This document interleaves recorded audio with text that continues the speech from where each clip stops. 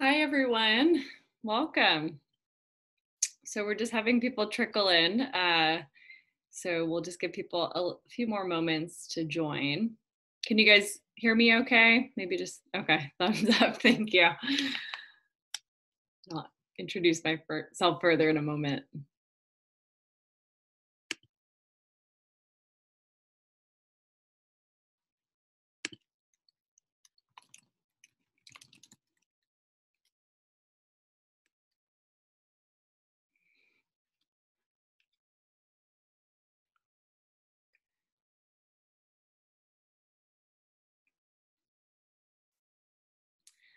So you all are welcome to have your video on or off. Totally up to you. If you have a preference to keep it off, that's all right. It's good to have you. And then I think I've kept everyone on mute for now just to eliminate background noise. But at some point I might have you guys jump in with questions or things like that, and then we can unmute at that point. You can also feel free to change anything about your name that's appearing if you would prefer not to give your full name. All right, so let me just get my, oh, do we have a question? No, okay. All right, so I'm gonna use some slides just to kind of anchor me to what I wanna talk to you guys about today that I'll pull up in a moment. And then at the end, I'll also give you guys the option to get a copy of the slides. A lot of them will have links and resources and things like that that you might find helpful to look up after the fact. So I want you guys to be able to have access to that. So don't worry about copying things down or taking notes. I will make those available to you. So, all right. So before I pull up the slides, just want to introduce myself as Kristen Roman. So I am one of the staff psychologists, as well as the director of the young adult program at CBT DBT Associates.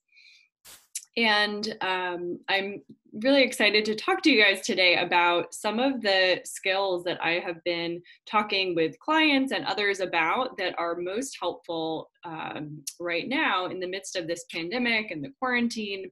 And as you guys know, this webinar is particularly targeted towards folks that are young adults. So, there's some unique challenges that are happening for people around your age that we wanted to spend some extra time thinking about. So everything I talk about today is going to be pulled from the type of therapy that we do at CBT DBT Associates, which is cognitive behavioral therapy. So sometimes we refer to it as CBT.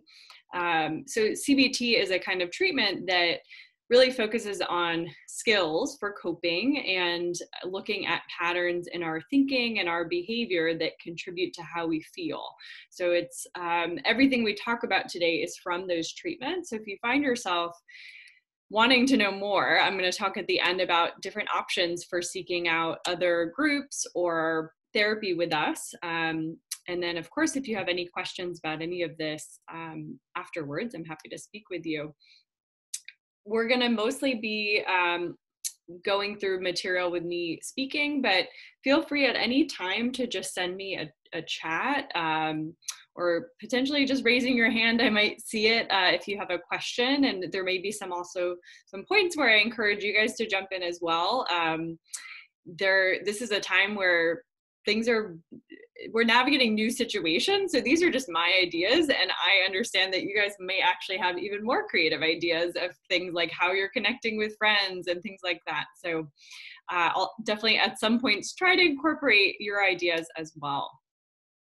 So that being said, let me start our presentation here. So one moment.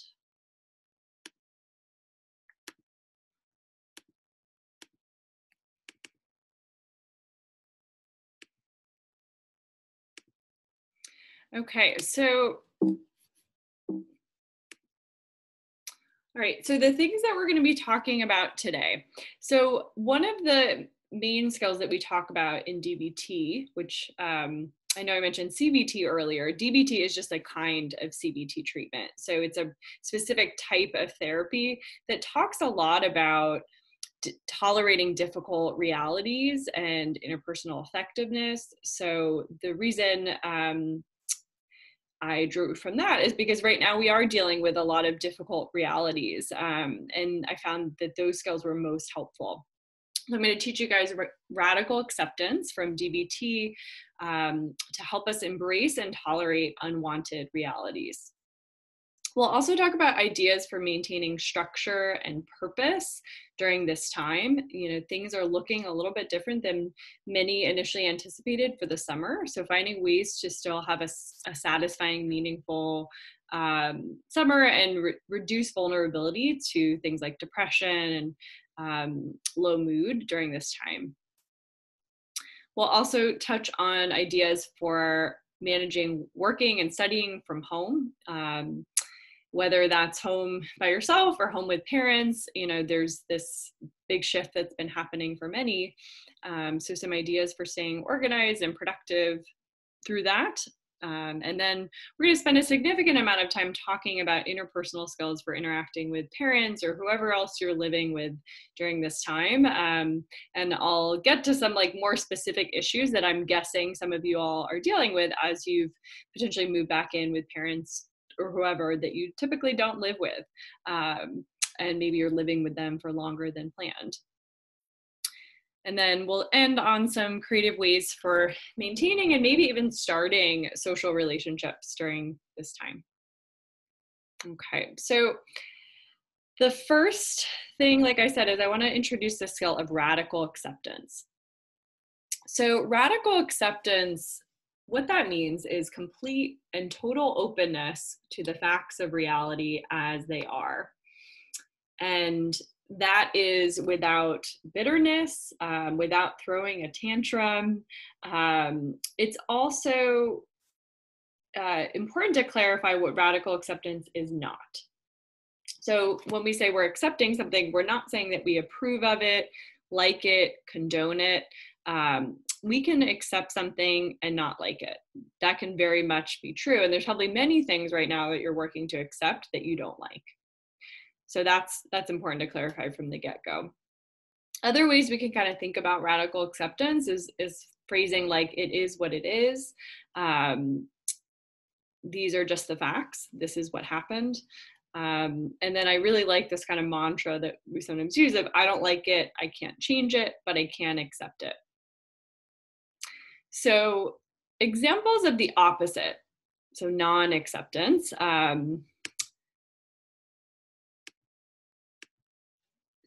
Sorry, I'm just letting a couple other people in the room. So the opposite of what this would look like would be denial. So denying the facts, like sort of like, no, this can't be happening. This isn't real. Turning a blind eye to it, pretending like it's not happening. Avoidance of addressing a problem that's clearly needing to be addressed. And maybe there's things in our speech and the way we think that are signaling that we're not accepting something, like talking about how it shouldn't be this way, or it should be different, or it isn't fair. You know, why me? Why is this happening to me? So let's think about why would we want to radically accept something? Because at first glance, it feels really different than our typical approach to things that we don't like. So one basic thing to keep in mind is that fighting reality does nothing to change it.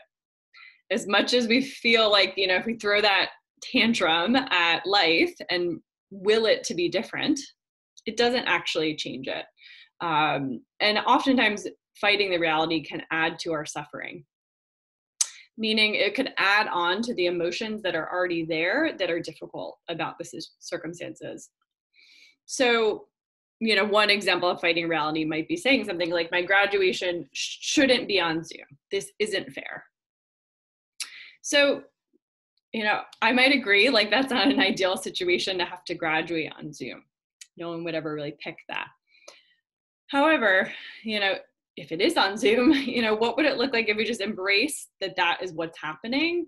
And then we can figure out, like, how do I feel about that? Like, what do I want to do about that? How do I grieve that? Versus if I just focus on thinking how it should be different, I get kind of stuck. And it might actually breed a lot of like unwanted emotions like bitterness or resentment, um, which, you know, won't necessarily go away because I will just keep replaying the same thing about how it shouldn't be.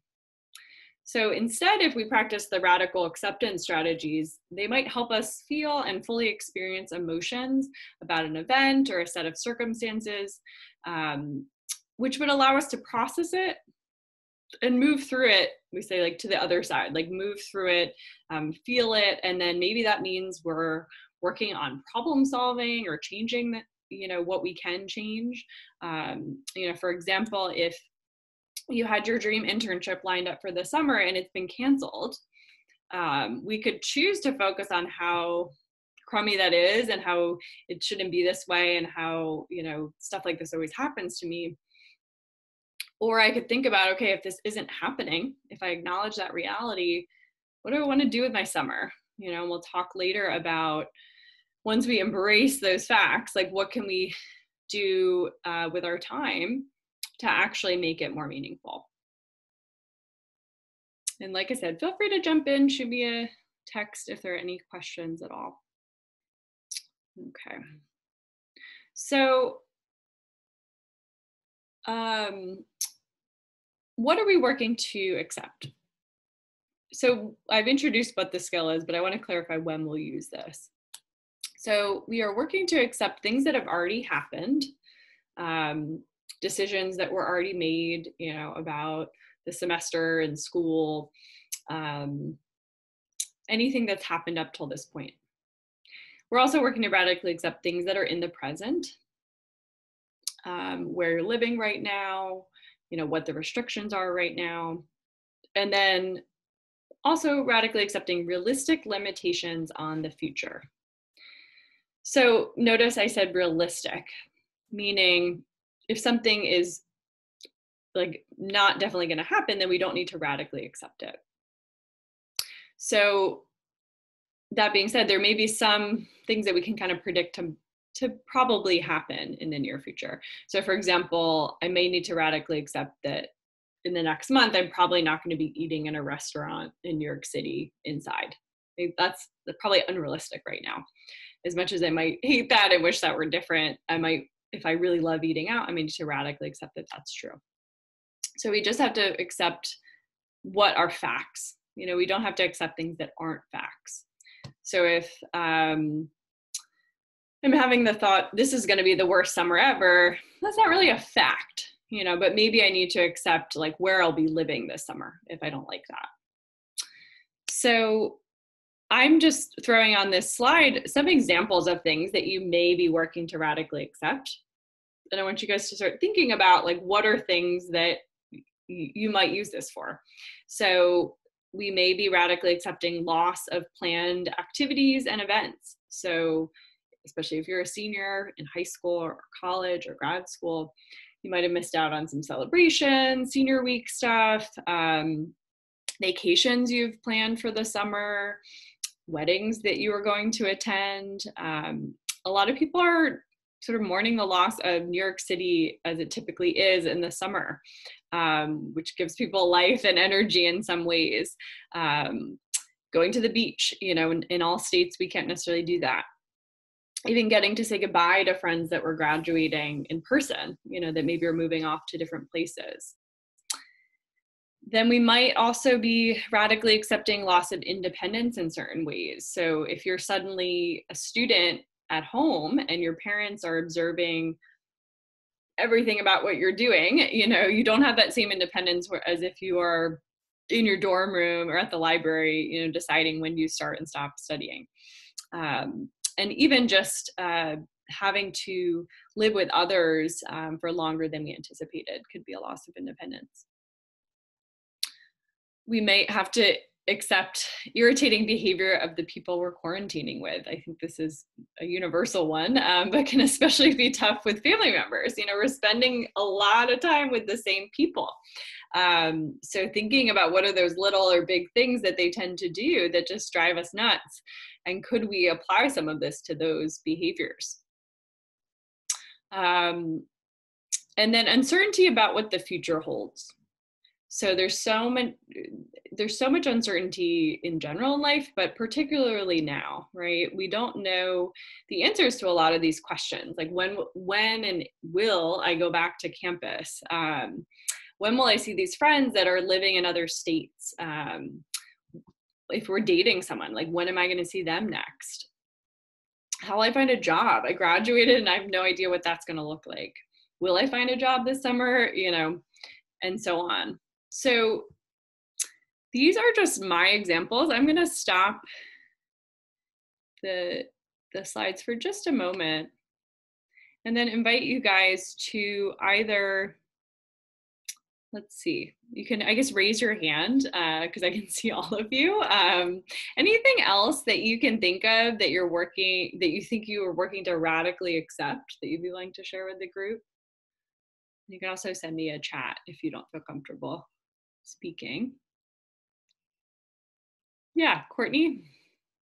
So I know for me and Casey, we're living on opposite sides of the border right now. And so like radically accepting that it's probably going to be a few more months at least until the border between the US and Canada opens. And that's like just the reality, and it sucks, but that we're not going to be able to see each other for a while, and we don't know when we're going to see each other. Yeah, of course, right. And something that's so out of your control, right? It's not just like across states. We're talking about a border being closed, completely out of our control.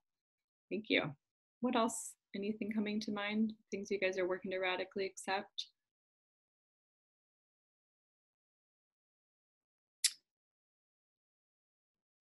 Yeah, Kitty.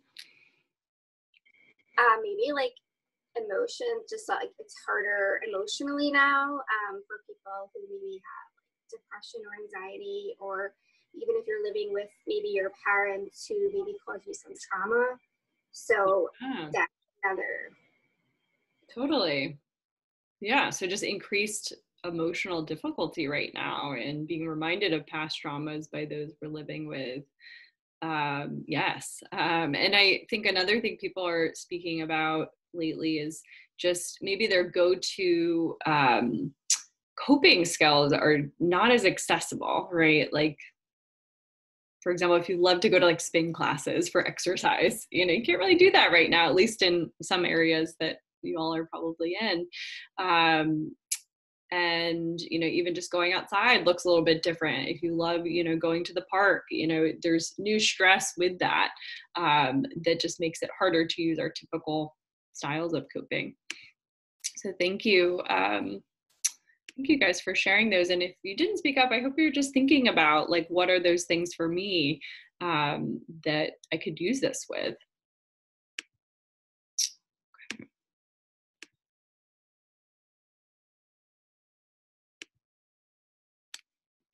Okay, so one thing to mention here is that I think oftentimes when I teach a skill, people say, well, that sounds great, but that seems kind of unrealistic. Like these are things that I really struggle with. How could I just accept it and be done with it? The answer is it doesn't really look like that. So radical acceptance is a skill that has to be practiced over and over. It's not a one-time thing. So, you know, this back and forth between accepting and rejecting reality is just part of it, right? So in one moment, we may be fully embracing something, and in the next moment, we're back to like fighting it and thinking about how miserable we are and how this isn't fair. So we have in DBT, we have this concept of turning the mind. So the idea is that any given point in time, at any moment in time, we have a choice to either accept or reject reality. So you can kind of picture a fork in the road. So what we would try to do is notice, when are we going down this path of rejecting reality and trying to turn the mind back towards acceptance, which doesn't mean we have quite yet accepted it, but we're just choosing to head that direction. And we might need to turn the mind over and over again for those things that are really, really difficult to radically accept. Sometimes we might be working our whole lives to radically accept something because of the weightiness of it. So the sort of how to, in terms of applying this, what I would suggest is think about two things, maybe one small, one big, could also be in between as well. And pick those two that you really want to focus on practicing this with. So maybe I am radically accepting that, the people I live with wake up a lot earlier than me and, sometimes wake me up earlier than I want to. And then I'm also radically accepting that I don't get to work at my favorite summer camp that always brings me a lot of joy this summer. Maybe that's one small, one big. So then once you commit to that, you would try to pinpoint what are those signs for you that you're not accepting. So it might be in your emotions. So maybe it's things like bitterness or anger, prolonged sadness, feeling like you're dwelling on something. Maybe it's body postures like tension, closed off posture. And then maybe it could also be our thoughts. So it's not fair. It shouldn't be this way. That should or shouldn't is a really big tip off that we're rejecting reality. Because when we're saying that, we're basically saying, life shouldn't be the way it is in this moment. Like you shouldn't have said that, or that shouldn't have happened. Okay, like we can have a preference about it, but it did happen. It is happening. So trying to let go of that should language and make it more accurate. Perhaps what we mean is, I wish that hadn't have happened, or I wish it weren't this way, which is a little more specific and might feel different to tell ourselves. So each time we notice ourselves rejecting reality, turning the mind back towards acceptance. There's a few other things we can add to this. So we have accepting body postures. So we have two different options here. So one is the practice of half smile. So half smile is one of the most simplest skills we have in DBT, which involves relaxing your whole face. So fully letting go of all the tension in your face and then just gently turning up the corners of your mouth into a very subtle, serene expression. So it's easy to laugh as soon as you try to do this. So I'll try for a moment, but so basically you would relax the face and then just very subtly turn up the corners of the mouth. So it's not for someone else, it's just for you. And what that does is signaling this accepting mindset to our brain. So our body and our mind are very connected. So if we are acting with our body in these accepting ways, then sometimes it can help us with that process. So in addition to half smile, we have willing hands. So what willing hands involves is an opening up of your posture. So having an open posture, and then I'll have to raise it up to show you guys, but like basically having your hands resting in your lap with open palms. And so you could do this sitting down, you could do it lying down, you could do it while you're standing, even standing, talking in a group. Again, it's not meant to really signal something to someone else, it's just meant to signal to yourself. And what this does is it's the opposite of a non-accepting posture. So crossing the arms, tensing the body, closing off. So we're doing an opening up. And all of these things together can be what's helpful in those moments where we're really fighting reality. It's any one skill alone may not do that much, but it's a combination of these. Okay, so feel free to send me any questions now or at the end about radical acceptance, but for now I want to shift gears a little bit and talk about the loss of structure, or potentially a sudden loss of structure that some people have had. So, for many, like semesters just ended, and depending on what you have lined up for this summer, you might suddenly have a lot of time to fill. Because even if you're in like a summer school or something like that, probably some of the social things that we usually fill our time with or vacations or things like that aren't happening. So I wanted to touch on like, what do we do with that extra time? So something I'm noticing, I would say it's not just young adults, but it's maybe more pronounced with young adults, is that our bedtimes are getting really wacky during quarantine. Like people will tell me they're staying up till 4 and then they're just kind of sleeping through the day. And so it's like a normal number of hours, but it's very different than how they typically sleep. Or maybe we're sleeping way longer. And I think especially in the beginning of quarantine, there was this sort of luxury of like, we can do whatever we want and, it doesn't matter, this feeling of that at least. But in reality, when we shift so much from our routines, it doesn't feel good. It doesn't necessarily feel good to be up so late when no one else is awake and then be sleeping while your family's awake. It's disorienting. And of course, once we eventually have to go back to a regular schedule or take a class or something like that, it's going to be really hard to move that back. So as best you can, try to stick to your regular routines. Same thing with, exercise routines, eating routines. As best you can, make it look similar to regular times. Because those are the routines that ground us. We can hold on to them in these very uncertain times. So making a schedule for the day is also a good idea. I think it might have been on Instagram or something. I saw some joke about how jokes on that person who bought a planner for 2020. And it made me laugh, but it also I got frustrated with it too, because I was like, I get that. And yet, do we want to just give up on planning our lives and setting goals? Probably not. So if you have a planner or a calendar or whatever it is that you normally use, keep using them. And try to even think about scheduling in activities. If I think about a normal summer for myself, I'm excited by looking ahead on the calendar and seeing what's coming up. In quarantine, we might have these blank, weeks ahead. So thinking about what can I actually schedule in to look forward to. In addition to our random spontaneous hangouts with people, can I put on the calendar, a Zoom game night with some friends, or even just a solo activity of on this day, I'm going to go for a walk outside in the park. I'm going to go on a bike ride. So it's it's coming up and you can look forward to it. Or even, we'll talk more about activities and things like that in a moment, but even signing up for some talks, things like this, right? This is something you can put on the calendar and kind of create structure around. Maybe signing up for a yoga class that's at a set in time and putting that on the calendar. So when we're trying to maintain our mood, some of the best things we can do are look for opportunities to build both pleasure experiences and mastery experiences. So pleasure is probably more obvious what that means. We're talking about pleasant, fun, calming kind of activities.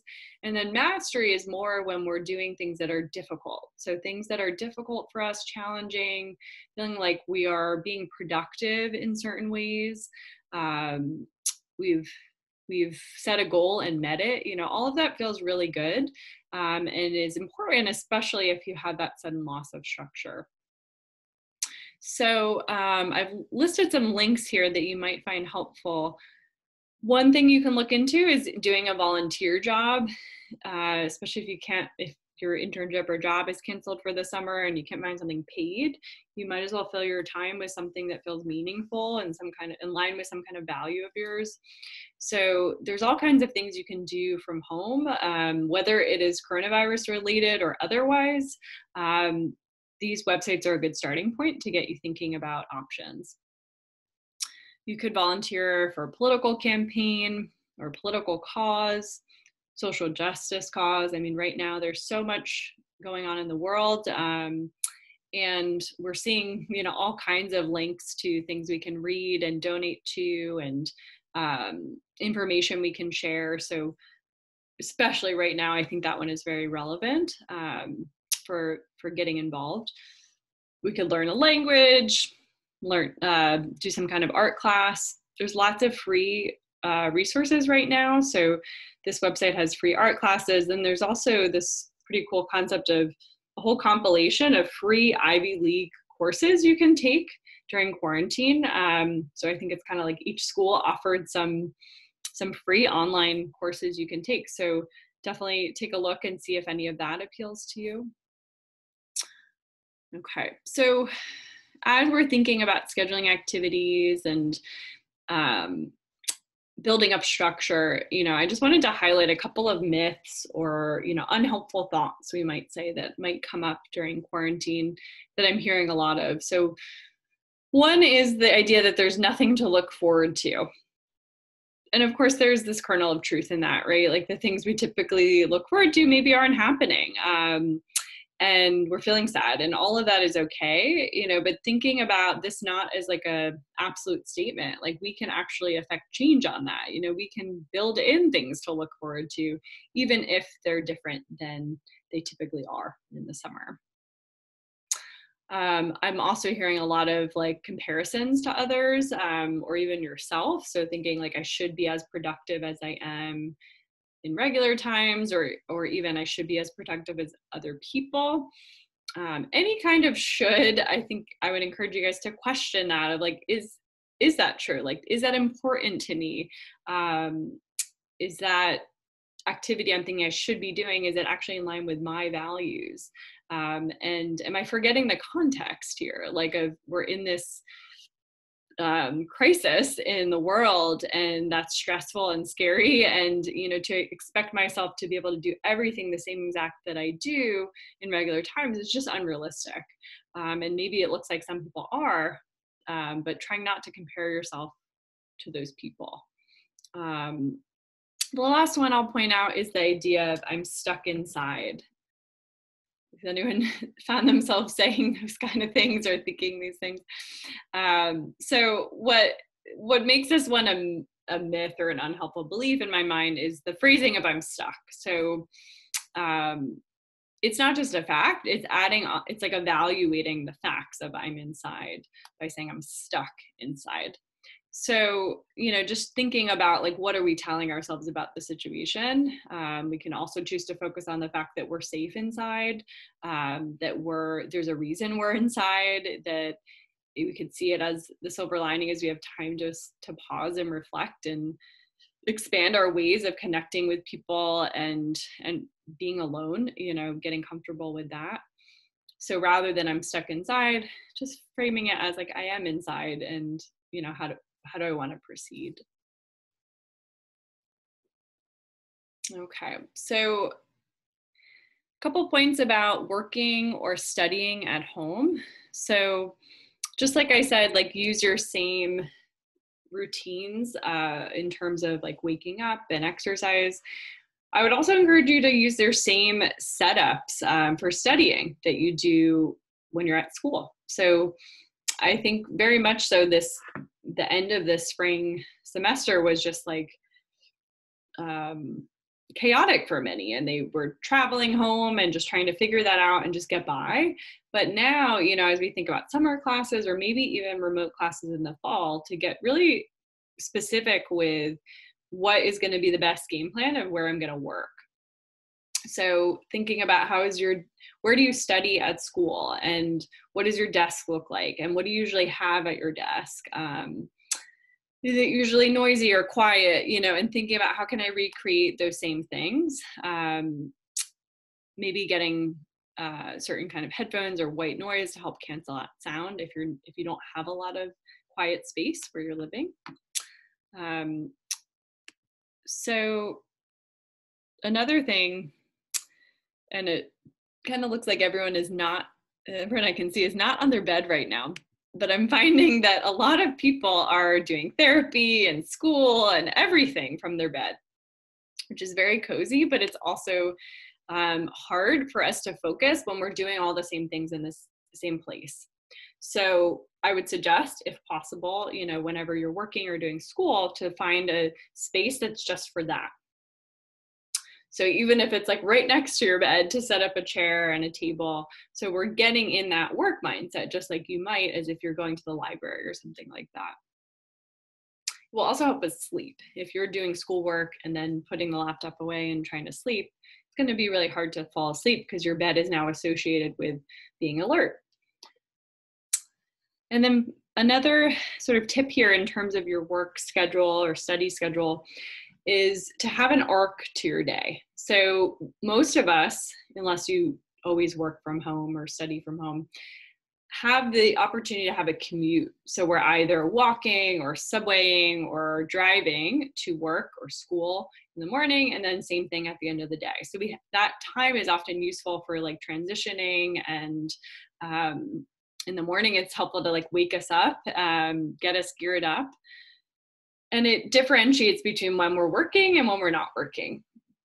So one idea I've heard about that I really like is to actually go outside, even if it's just like walking around the block once, before you start your work. And then same thing at the end of the day, to come up with some new like routine where you change settings temporarily to clue your brain into, we are now doing something different. Okay, now we're shifting from working to just relaxing. So that's another thing you can try.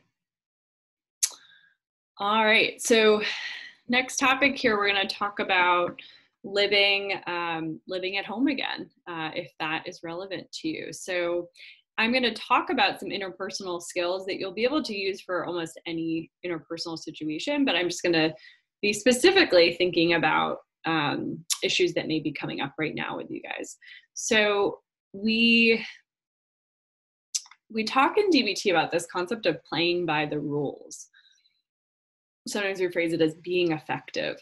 So there is kind of this tension between trying to like maintain your independence at where you feel like you are at the stage of your life, while also trying to follow the guidelines parents or whoever are setting to make it a peaceful environment. So sometimes we might play by the rules, so to speak, in order to meet some greater goal. So if I just want to have a peaceful dinner, with my family, I may not try to push back on something that I don't think is fair or shouldn't be that way, just to prove a point or to come out on top. Sometimes we get sidetracked by this idea. We get stubborn of like, no, I'm right here. I want to prove that. So trying not to lose sight of what our ultimate objective is, and keeping our eye on that and thinking like, what do I need to do to get there? So maybe I have to, tell my mom where I'm going when I go out on a walk, which might feel like, that's babying me, that's silly, it's unnecessary. But if it just is easier to just tell her and it doesn't create this big fight, then maybe sometimes I do that. So that would be an example of like playing by the rules. The rule being, we're going to want to know where you're going when you're leaving the house.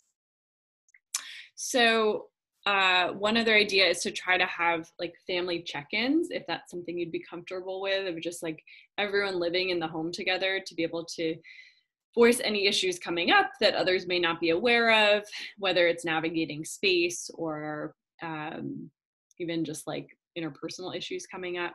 So people can vent a little bit and try to problem solve together. A really helpful strategy could also be to try to put yourself in your family member's shoes. So we all tend to kind of get caught up in what's important to us and what we want. And sometimes we forget that this is a human being sitting across from me that also has their own motivations, their own things they're focusing on. So if we are butting heads with someone, to try to think about what is going on for them. For parents, there may be some stress of having you home when you weren't supposed to be home. There may be financial stress that your parents are dealing with, potentially you as well. But there could be parents that their work is not secure right now. They may be concerned about you. Some family members might be really anxious about coronavirus, or family members that are sick, or whatever it might be. And that could be playing a role in how they're responding to you in that moment. So trying to ask this question, why might they see things the way they do? So these are, I just threw out some examples of potential areas of tension. So curfews, are one, using substances either in the home or just while you're home. If you like smoke cigarettes or something like that, like, is that acceptable? There might be sort of new guidelines at home. when you go to bed, when you wake up, expectations about spending time together. That's another big one I'm hearing about, of like family feeling like when you're home, you're supposed to be with us all the time, rather than understanding that maybe we sometimes want to spend time with friends or other people virtually. So all of these can be possible challenges. I'm going to invite you guys again to jump in. Is there anything else that you're thinking of that's been like a difficult issue you're navigating related to living at home?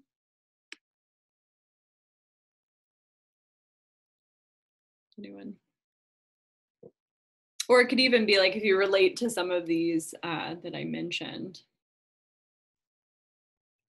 Just in general, like the loss of independence and like all that comes with that, and like having, like, I know we've talked about like how with like studying and with finals, and how like my parents are very on top of me with all of that, and that it's different than when like they're calling to check up on me when I'm in New York than when we're in the same house, and it's like, oh, like, you shouldn't be watching Netflix, you should be studying, and you should, delete Netflix until finals are over, or like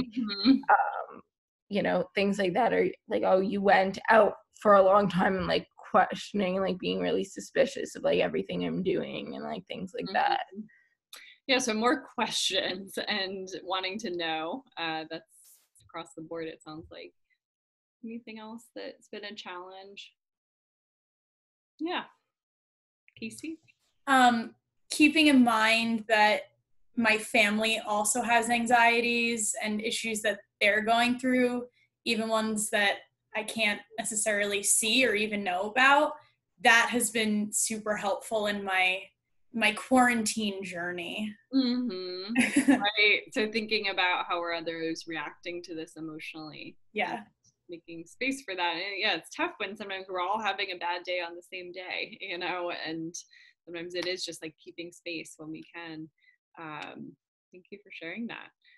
Okay, anything else that people can think of that would be something to maybe use interpersonal skills related to? Yeah. Also, like, because I have little siblings, and so it's like, we all have like attention issues in our families, so like everybody is like constantly like doing something or making noises or like tapping on something, and like, which then drives everybody else crazy. But like that's how, like, each of us is like, tapping a foot or like playing, fidgeting with something to like help with our attention problems, but because we're all together and there's like so many of us, and we're all living together, like my aunt and uncle and their 5 kids, and like our 5 kids, and like it's just, so it's a lot of people with a lot of of our own coping mechanisms that then like annoy everybody, or like cause people to like have trouble focusing. And so that's hard, of like trying, especially like with younger kids, trying to explain like, okay, I can't play a game right now, I have to study, or I have to do my work, or and even like I've noticed, like, my mom has had to teach some Zoom classes to like med students and stuff, and she'll like apologize, like, I'm sorry, like, for my sister will come in and then I'll knock on the door, and so we're all dealing with like the same things, and she'll tell the med students, like, I'm sorry, I have too many children, like things like that. But like we're all dealing with like trying to cope with each other when we're not used to having to spend so much time together. Right. And that's such a great point to highlight, that things that could be annoying us are actually what other people are trying to do to cope with their stuff. And even just this challenge of like saying no to younger siblings that want to spend time with you, they're not usually running around your dorm room when you're trying to study. So it's like new ways of interacting with the same people. Younger siblings are used to people being home when it's a fun time, when you don't have work. So that's certainly a challenge, and may require different kinds of skills for younger people we're interacting with. So I'm gonna, on our next slide here, I'm gonna teach you guys another DBT skill. called Dear Man.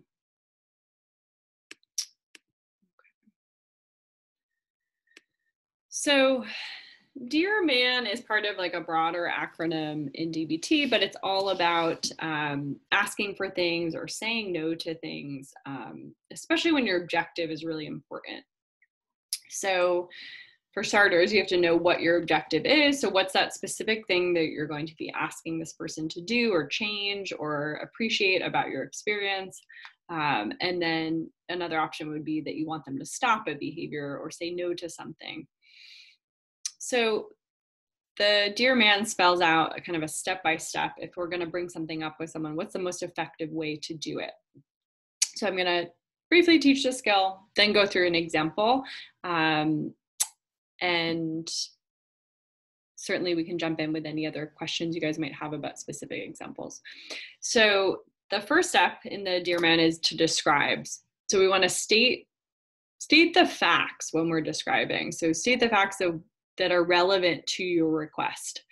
So, you know, if I'm asking for people to be quieter in the morning, I might describe some of the facts that have been happening the past few mornings, you know, about when people were waking up, what you were hearing, things like that. So I'm not going to launch in with any attacks or things that are not facts, because then the person's just going to automatically push back or get defensive. So if I say to them, you were such a jerk the other morning, and that's how I start off the conversation, they're going to be like, I don't want to talk to this person, like, and they're going to suddenly become very defensive. So I might just say something like, you know, so the past 2 mornings, you seem to have woken up at 7. I was planning to sleep till 9, and you making coffee in the morning woke me up. Those are all facts. And if they're facts, then it's easier to like be on the same page to start. Then we would move into expressing. So expressing your feelings, expressing your opinions, and really framing them as those things rather than facts, you know, when it's just your opinion. We want to focus on using I statements, keeping in mind sometimes we say things like I feel, and then we don't actually say a feeling word. We say something like I feel like you don't care about me. That's more of like a thought actually, an assumption, rather than I feel sad when I don't hear back when you send me a text. So trying to use emotion language and expressing your feelings and opinions about the situation that leads up to your request. Again, removing any attacks or judgmental language or trying to guilt trip the person. And then we want to, the A stands for assert. So we want to clearly ask for what we want or clearly say no. And we don't want to assume that the person knows what we want. Sometimes we do this beautiful express and describe, and then we just stop and assume the person knows what we're looking for. But that's a really easy way for the person to just be like, yeah, that sounds really difficult. Sorry you're dealing with that. Versus if I ask them, okay, so do you mind, you know, being a little quieter when you wake up in the morning and it's before 9? Then they have to answer yes or no, and they have to get involved. Reinforce is what we do after the assert. It's trying to fill the person in on what is in it for them if they give us what we want. So we're reinforcing the person for giving us what we want. So we're more likely to do something if there's something in it for us, basically.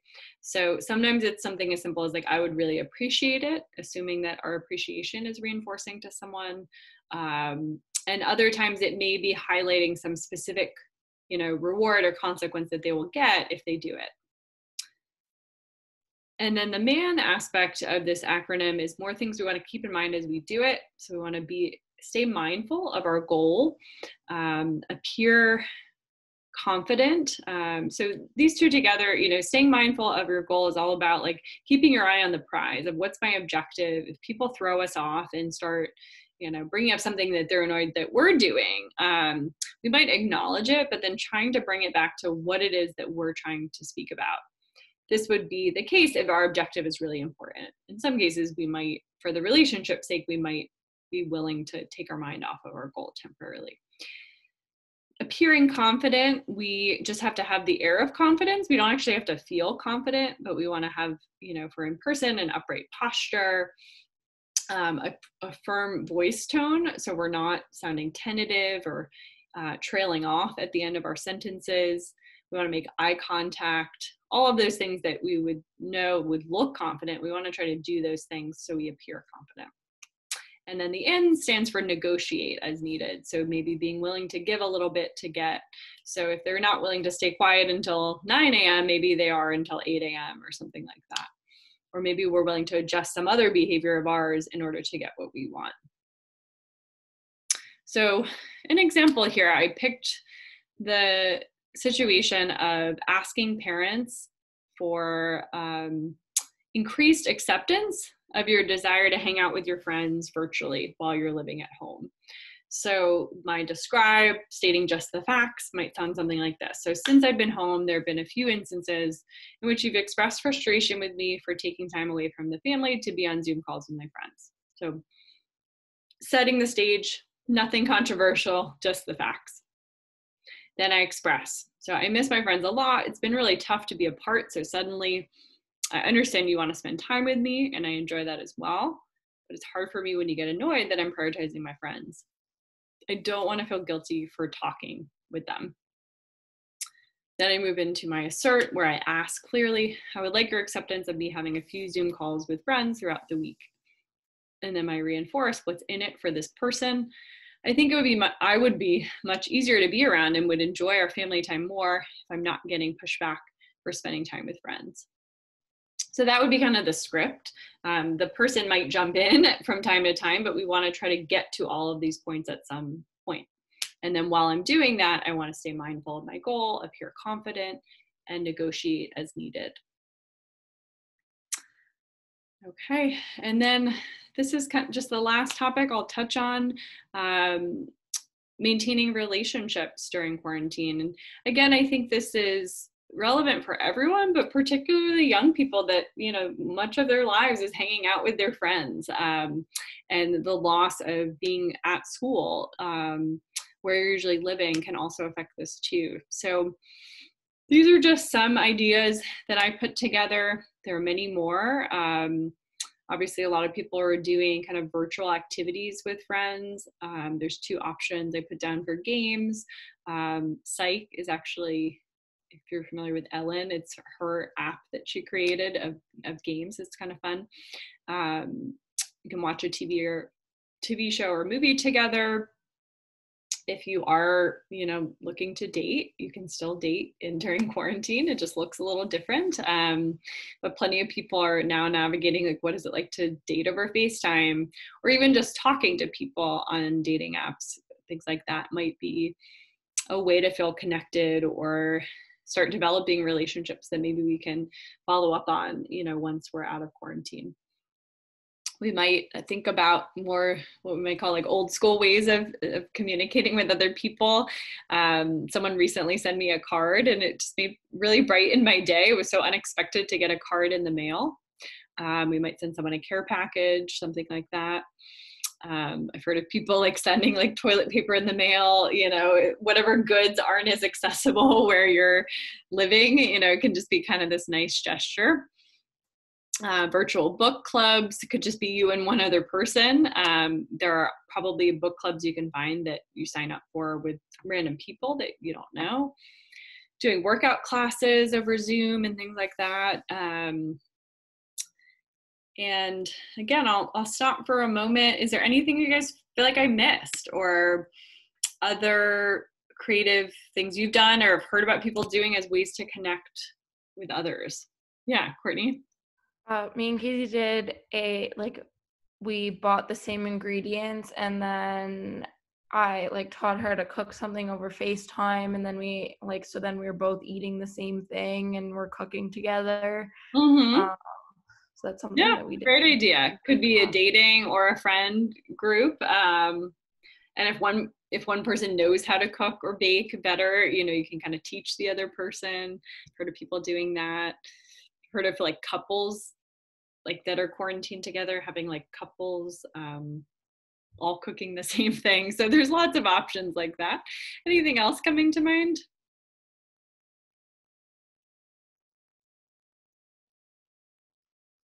Remember, you can also just chat me if that's easier. All right, so I'm just gonna pull this up one last time so you guys can have my contact information. Oops.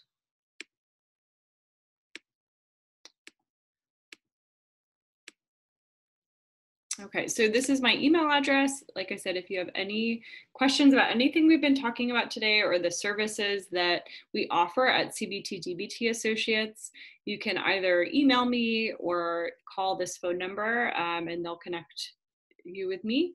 If you're interested in pursuing therapy, that's also the number you would contact. Our website, cbtdbtassociates.com, has a lot of great information as well about everything we offer. What else do I want to say? I guess that's pretty much it. And another thing to kind of mention is that we're hoping to maybe have some additional webinars for people your age throughout the summer. So if you guys have any topics that you think would be interesting, or even ones we've talked about to expand on, feel free to shoot me an email. Does anyone have any questions about anything we talked about, or even comments about the discussion today?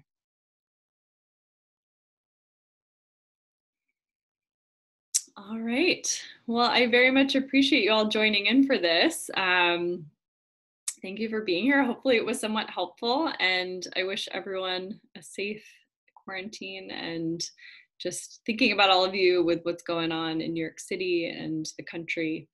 And I hope everyone has a good afternoon. Thanks, guys. Thank you. Thank you very much.